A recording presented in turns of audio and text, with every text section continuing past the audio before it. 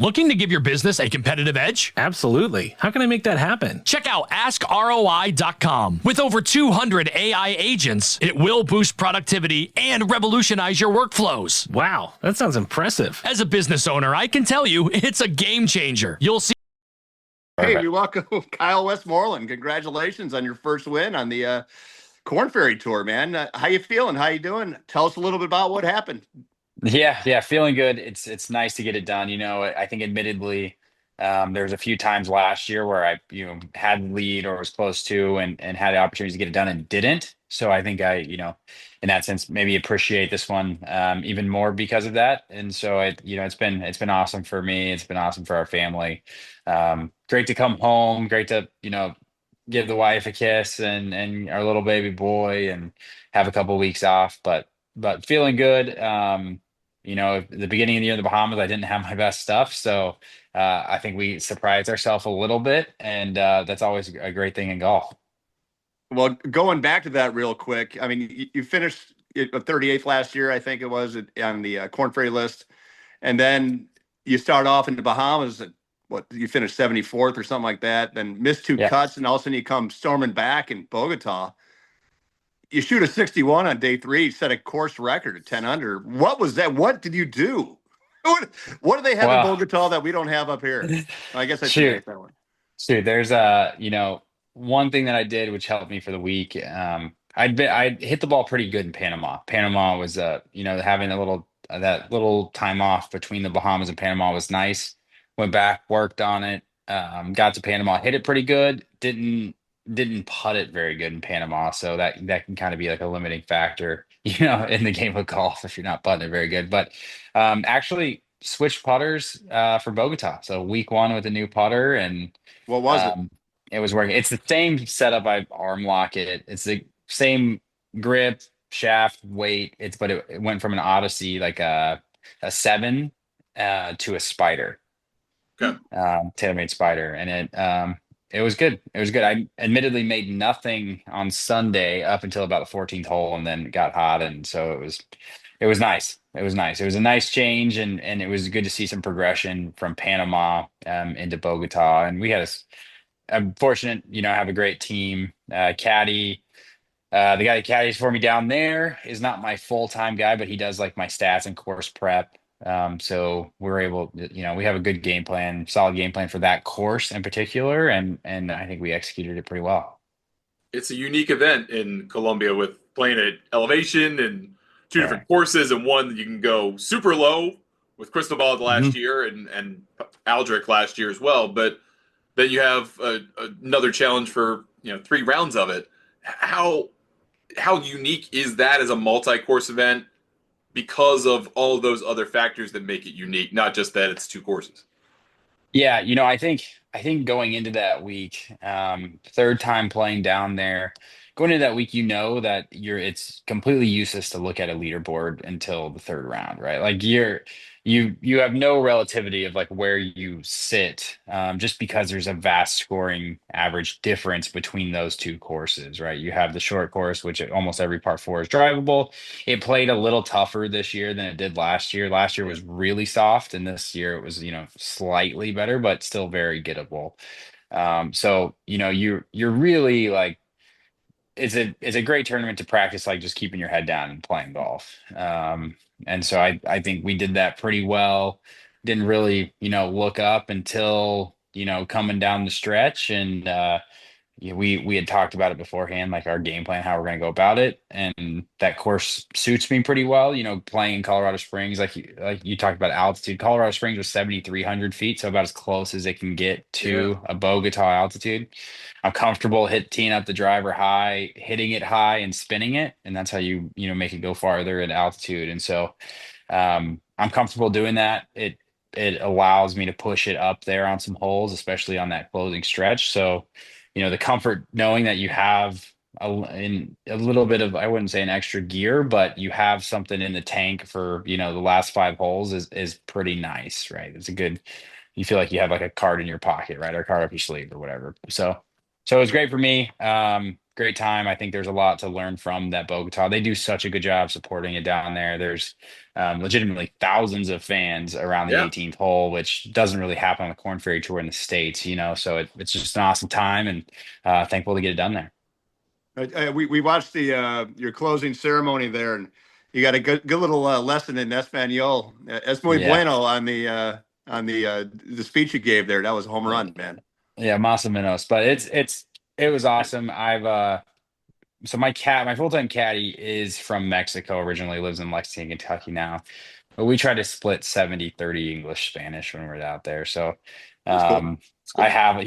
I call him full-time caddy, part-time Spanish teacher. So we've been talking about it, and there's a guy, Greg, that runs a lot of the media for the Latin Yeah. events, and then he does South American swing as well. So he's been telling me for years that a couple of years that if I won, I needed to do the ceremony in Spanish, and he was there and helped me out with it. So I appreciate his help.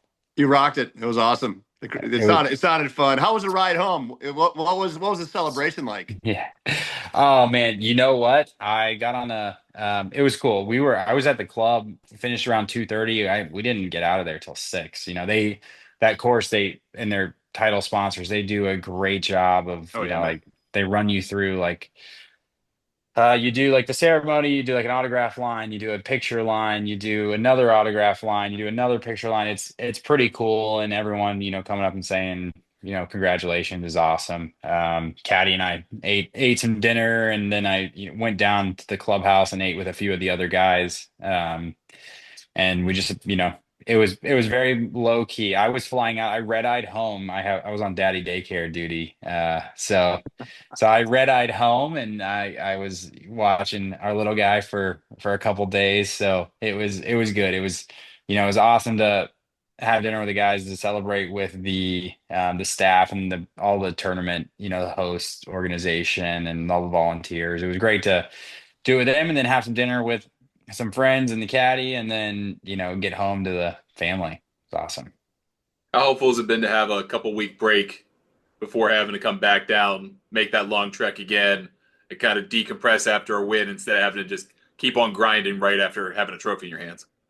Yeah. I mean, a lot of people say you want to keep playing, but I felt, I was very motivated to get home, go see the family. I think it's great. I think the scheduling is great this year, having the weeks on the front end and the back end of this trip. Because, if you just send guys straight forward, a lot of guys would not go this far south, right? Like Yeah. Argentina and Chile are a long way away. But to have Long it way. 2 weeks back to back with a couple weeks on the front end, and I think 3 weeks on the back end, it's pretty nice. They did a good job scheduling it. So gives us time to spend some time with the family, prepare to be gone from them for a couple weeks, and then come back. So we're excited. The last question. You're back at it, obviously, with Argentina. It seems like 1,000 points is kind of the number we've kind of heard floated as like the top 20 baseline. So you're more than halfway. You're halfway there, and then some. How long is it? Do you get to celebrate, and how long is it that then you got to get motivated? All right, I'm more than halfway there. Let's go finish the job. Yeah, you know what? I think the first week that I was home, it was we're kind of taking it in, like responding to texts. I didn't do anything with my phone until a couple days after, so I owed some people some responses, and that was awesome. But at this point, I'm ready to get back at it. It admittedly, like last year, I did we had our little guy, so wouldn't trade it for the world to be able to take Awesome. some time off. But this year, I'm just motivated. I won one. I got a taste. I want to win again. I want to win several more times. So our heads back down. We're working, and excited to try to get it done a second time. Well, we appreciate what you have done. We're proud of you, man, but we're really proud of what you do on the side as well. We're big fans of the Folds of Honor. I know that you've been involved with Lieutenant Colonel Hey. Dan Rooney for a long time. And that's actually how you and I started up our conversation at French Lick. Tell us about your journey with Lieutenant Colonel Dan, I should say.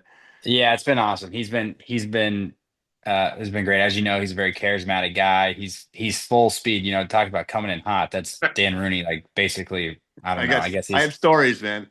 I don't know exactly how old he is, but I gotta think since birth he's probably been coming in hot. So he's He's an awesome guy. I got introduced to him in college. I played their All-American tournament down in Phoenix a couple times, and was fortunate to win it as a senior. And after I won it, we kind of, we stayed in touch. He knew I was going to play professionally afterwards. We just didn't know how much service time I'd have. So during that service time each year, we'd do their Patriot, go to Oklahoma to play, and he's been very supportive. And so got to, the biggest benefit personally for that was just getting to link up with senior tour guys and different guys and kind of pick their brains. Like I to that point I hadn't run in those circles, so he afforded me those relationships and being able to ask the Tom Layman's of the world, like, hey, what, for pointers, or Brad Faxons of the world, or Scott McCarron, like it was awesome. It was awesome. And through the years we've stayed in touch, and I think I'm gonna stay with him this year in Oklahoma right before we head to French Lick. So it'll Awesome. be it'll be awesome. The Folds does such great work, and they got the Folds Friday initiative that's coming out this year, and I just think it's for a great cause. Supporting um, the family members of those like lost or injured, through education, I think is about as important as it gets. So love their mission, love how they go about it, and proud that I can, wear the logo sometimes. Well, with over 62,000 scholarships for the families of fallen veterans and first responders, we're more than happy to do whatever you guys need to make it go through. On another note, how about a shout out to some of your sponsors? I mean, you've been on the Yeah. tour. People have supported you throughout the years. Anybody you want to say hi to out there? Dude, I got all kinds of people, that I don't think even an individual sport like golf, like nothing happens without a team, right? Yeah. And that team starts with your family, who enables you to even do this. My wife, my son, my wife, basically allows me to play golf. She runs our lives, and I just try to like make, add up scores less than five at the end of the day, right? So family, sponsors, RSM has been great. There's B3 Group that was out there for a while, Puma, Cobra. Um, Man, it's just been such a great opportunity to meet, not only have sponsorship to allow me to play, but also to meet these people in these organizations, Yeah. and see their I guess their desire to push, individuals forward in their games, and my sponsors along with coaches, Jeff Smith, Alan Terrell, Chris Como helps me out. So like, it's Stephen Sweeney, like, man, we've got a team, and I'm proud of our team, my agent Brad Buffoni. I'm proud of our team, and I think, with them, with their help, we can take this game a long way. Well, we're proud of you, man. Thanks for coming on the road to French Lick. Hopefully we don't see you in French Lick. Hopefully we see you somewhere else. Ah, you know Either. what? You know what? The number one spot, we were talking about it. The number one spot is very valuable. So I think regardless, you win three times and you get that automatic promotion. I think it could very well be worth it in the end to come back to French Lick. And by the way, it's the hardest tournament. It's the hardest course of the year, and I think it's an awesome venue for the finals. For the Korn Ferry Tour Championship to end in French Lick, where you make your difference tee to green, is very important, because the PGA Tour, the top guys on the PGA Tour separate themselves strokes gained tee to green, right? And French Lick measures exactly that. It beat me up a little bit on Sunday last year, but Yeah. it's just an awesome spot. We appreciate y'all doing it. Nothing. Sundays don't happen without Wednesdays, and I know that y'all do so much to make sure those those pro-ams happen, and bring people in. So I was fortunate to be at Victoria National before. Yeah. That place was hard. French Lick might be harder. I don't know. But it's awesome to have that tournament as the tour championship. So I appreciate it. Tell you, United Leasing and Finance, Ron Romaine, his group have just been fantastic partners, and we were really excited about having it this year. But we have 4 more years left to go, and hopefully more than after that. So, Yeah, Kyle Westmoreland, man, you're the bomb. well, Congrats, brother. thank you. One day, if you really want to ruffle some feathers, you can put that tee box back on 16 and see what happens. Okay. I tell you what, that thing is what, 301 301 never. from back there, water on the right hand side with the wind blowing right to left the whole time. So It's got to be the hardest par three in the world. there's a fairway bunker in the middle on a par 3. Yeah, and there's water right, and there's gunch left. Like I mean, from 301 yards, I've never seen a par three that hard. It's probably like a pretty manageable par five, I'd say, from back there. Well, I've had many fives from back there before. So Perfect. that's par for me. Yeah, Well, well, I tell you what, you keep this up, you can be on a show whenever you want, man. I appreciate y'all. Y'all have a great one, and thanks for having me on.